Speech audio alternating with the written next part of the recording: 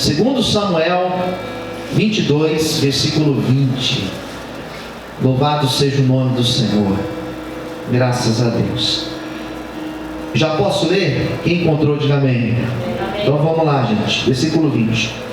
E tirou-me para o largo e arrebatou-me dali, porque tinha prazer em mim.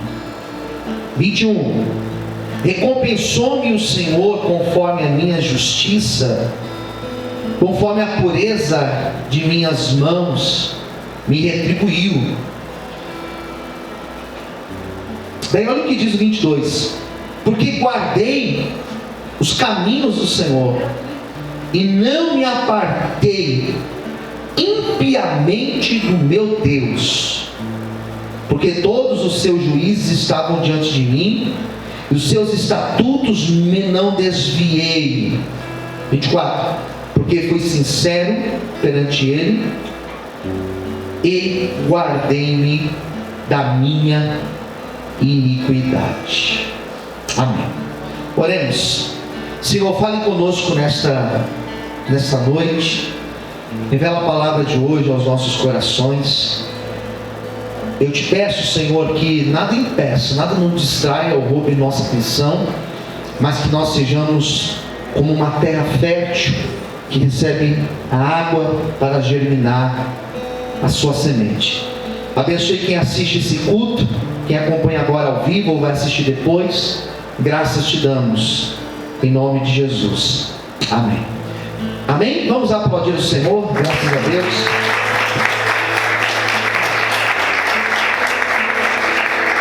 Eu tenho tido a oportunidade, a experiência de pregar esse capítulo, e é interessante que quanto mais eu falo dele, mais eu vou mexendo, parece que mais coisas vão aparecendo. Essa semana que passou, tive um convite para retornar lá na Rádio Musical, e me foi dado um tema que tem muito a ver com esse texto, e um tema que no primeiro momento que ele chegou para mim, eu falei, meu Deus, que coisa complexa para falar. Parece simples, mas complexo. Porque era uma pergunta: será que Adão poderia ter resistido à tentação? Foi essa pergunta. E quando eu comecei a estudar, eu comecei a perceber as hipóteses ou os caminhos que nós poderíamos ter para responder esta pergunta, que não é simples. Ela não é simples. E eu me posicionei da seguinte maneira: sim, Adão poderia ter resistido à tentação. E uma outra via de possibilidade é o contrário: não, Adão não poderia ter resistido à tentação, por isso que ele não resistiu. E essa segunda hipótese vai na seguinte ideia, no seguinte caminho: não poderia ter resistido porque já estava determinado para isso. Então Adão já estava determinado a cair, tudo que aconteceu já estava determinado. Porém, eu particularmente não acredito nessa ideia de que a pessoa já está determinada ou predestinada para uma determinada escolha. Porque uma vez que eu coloco isso, já está premeditado ou predestinado a isso, eu estou dando a Deus um caráter muito cruel. Que Deus criou esse indivíduo aqui para ele fazer uma coisa terrível dessa. Eu estou dizendo que Deus criou esse indivíduo para que ele viesse matar, destruir uma família, violentar uma pessoa, e dá-se a Deus um caráter cruel. Eu já acredito na ideia de que Deus, Ele tem a sua presciência. O que é a presciência de Deus? É a onisciência, que é um atributo apenas de Deus. Deus sabe de todas as coisas. Quem concorda, diga amém. Deus sabia que eu estaria aqui hoje, que você estaria aqui, sim ou não? Sim. Claro. Deus sabe o dia de amanhã? Sim. Deus sabe até tudo, eterno. não tem começo, nem meio, nem fim. Mas a escolha de estar aqui, ela partiu de mim, partiu de você. Não foi Deus que predeterminou, que predestinou você ou a mim a estar aqui. Nós escolhemos. Então eu olho para esse texto, e eu vou falar desse texto aqui hoje, justamente por esse caminho, que Davi, ele teve as suas atitudes, as suas escolhas, os seus posicionamentos, para ele chegar aqui onde ele chegou. Não foi Deus que colocou ou que determinou, não, foi a escolha dele. Eu acredito na escolha nossa, e Deus como aquele que respeita a nossa escolha. Quem entendeu, diga amém. Então é isso que eu enxergo nesse texto.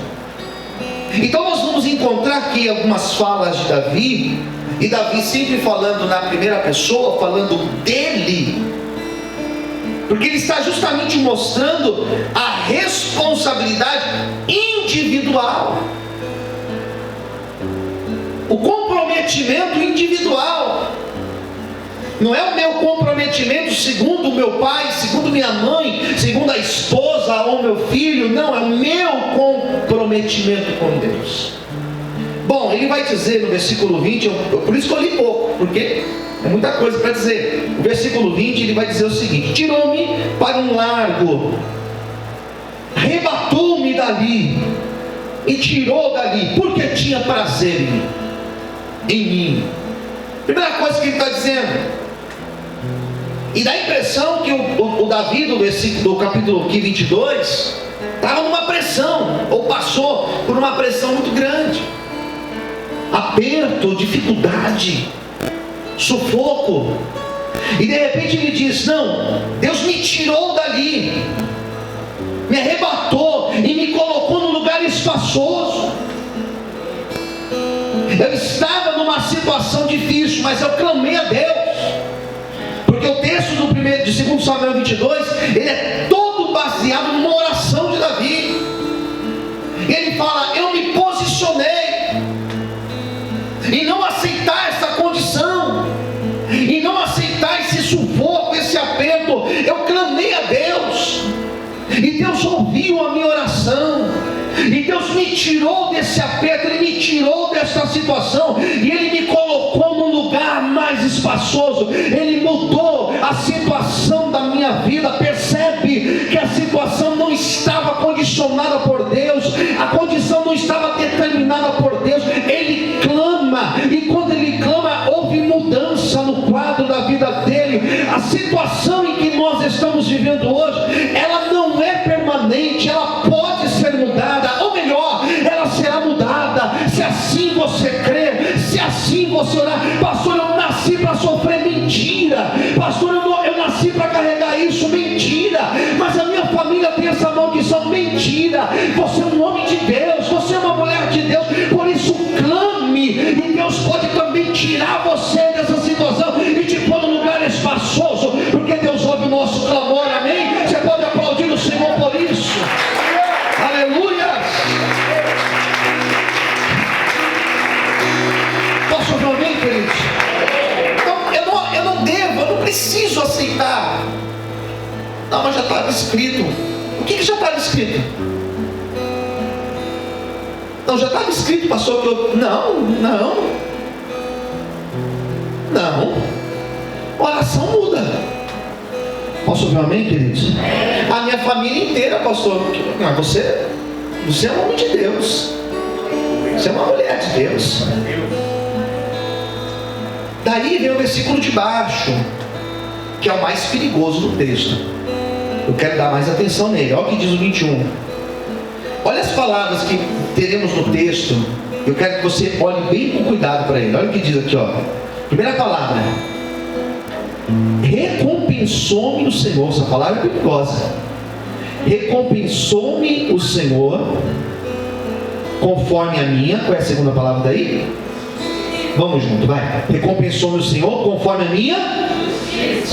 a minha justiça. Depois vem outra palavra: conforme a pureza de minhas mãos, a última palavra, as minhas mãos, ele me retribuiu.